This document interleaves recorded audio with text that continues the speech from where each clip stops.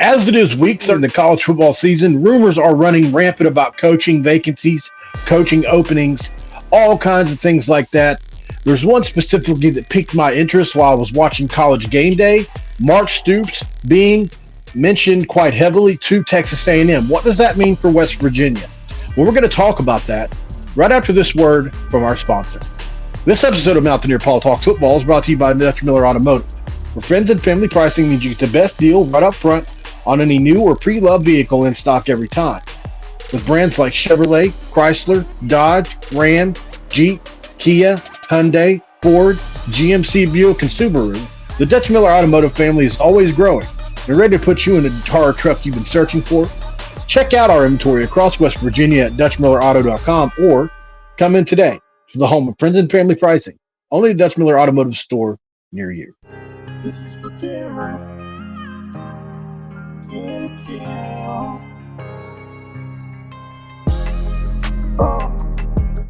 What is up, guys? Welcome back in. My name is Mountaineer Paul. You've landed here again at another edition of Mountaineer Paul Talks Football, and I just wanted to pop in and say what up. It is that day of the season, Black Monday on college football, as there was ever going to be one, similar to what the NFL does. It's approaching fast, and rumors are running rampant with several head coaching vacancies around the country. One specifically piqued my interest while I was watching College Game Day this morning, and I thought, well, I don't have any other content until the West Virginia game goes off later. And this is going to be a speculatory video. I have no inside knowledge about the second half of this situation.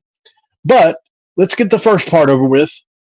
Of course, we are talking about Kentucky head coach Mark Stoops and the Texas A&M Aggies who are eyeballing him. This is from Nation of Blue. According to Matt Fortuna of Inside Zone, Mark Stoops is in the mix to be the new head coach at Texas A&M. Keep an eye on Stoops and Texas A&M, Fortuna posted on social media this morning.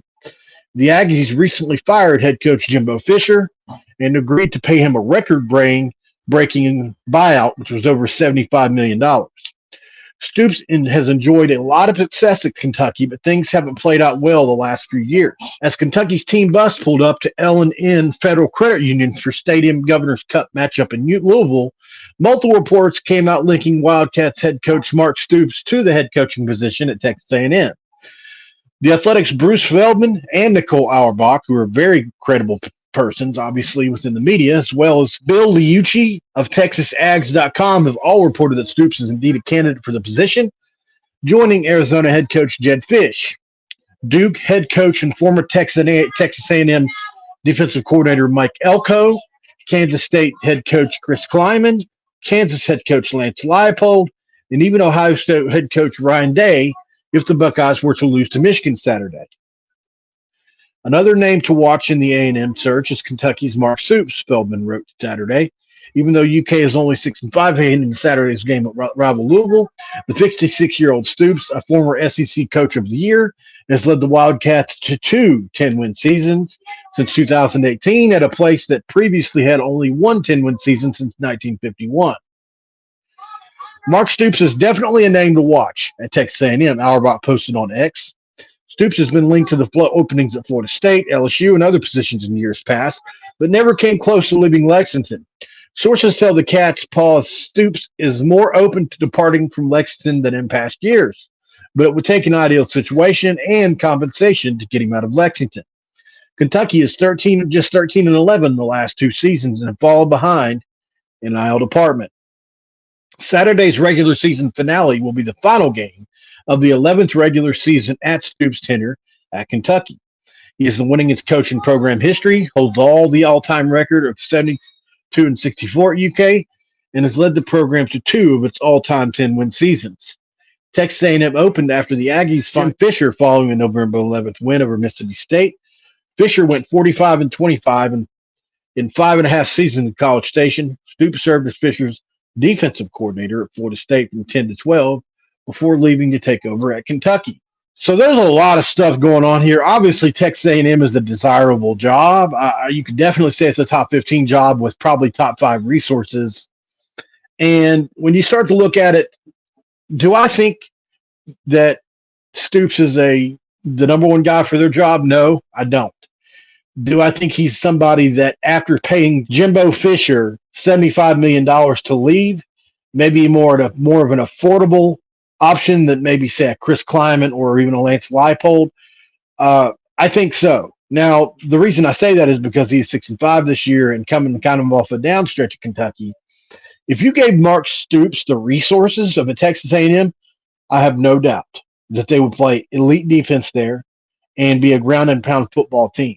And I think he would be a great candidate to replace Jimbo Fisher at Texas A&M. But there are a bunch of others. And I'm not saying he's going to move on, but I thought it'd be fun to speculate on part 2 of the video here. Would Neal Brown be a replacement candidate for Mark Stoops? He could possibly be coming off his best season at 9-4, where they were one of the 5 best teams in the country at running the football. There are several other reasons why he may be somebody that they would look at, considering the fact he played and coached there, so they know what they're going to get. They know his coaching acumen. They know he is a good football coach on the offensive side of the ball. He knows his way around the area geographically. It could be a very comfortable fit. And there are several reasons why that they could point to if you want to try to justify this. I'm not saying me, but if you're making this hire, you can say, well, Neal Brown's had all this trouble at West Virginia. He doesn't have the resources we have, maybe at the SEC.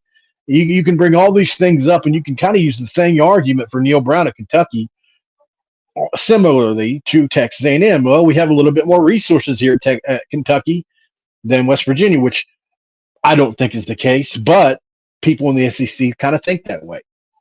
Would Neal Brown be a good fit in Lexington? Really like to know your opinion on that, guys. Like the video if you haven't liked it already. Don't forget to subscribe to Mountaineer Paul Talks Football. It is free as always. And if you haven't dropped a comment below, what are you doing? What are you waiting for? Please do so as soon as possible. Also, guys, don't forget, if you're not a member of Mountaineer Paul Talks Football, there are 2 membership levels. There's already 20 of you guys in here. For $2.99 a month, you have Mountaineer Fanatic. And then there is Mountaineer Insider for $6.99. And those 2 levels have different things that apply to them, obviously. And we'll get into those as we go on into the off season, because I'm going to be changing some of them since there's no longer football being played. And also, guys, I'd like to apologize. I am at a family member's house, and so it's kind of like when you're in public, how you have no expectation of privacy. When you're at a family member's house, you have no expectation of kids not being loud. Kids will do what they're going to do.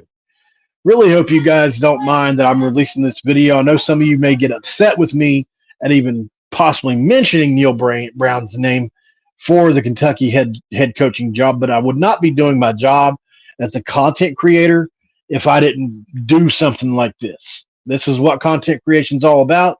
It's about speculation. I'm not in the regular media, so I'm going to speculate. I think it would be a fun narrative to play with. Do I want Neal Brown out of Morgantown? I'm not saying that at all. I think he's done an excellent job. I think if you go 9-4, especially in a bowl game, you can ironically play at Kentucky, which would be kind of funny. And you never know. I think 9-4 is something, Kentucky might be able to sell. And then you start talking about transfers from West Virginia. Would Jaheim White look good in blue and white?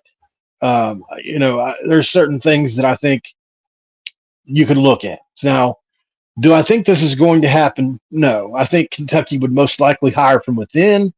There are other people that think they have a defensive coordinator. I think it is that would be maybe a better candidate for the job. But overall, just talking about it, I thought this would be a fun thing to talk about, guys.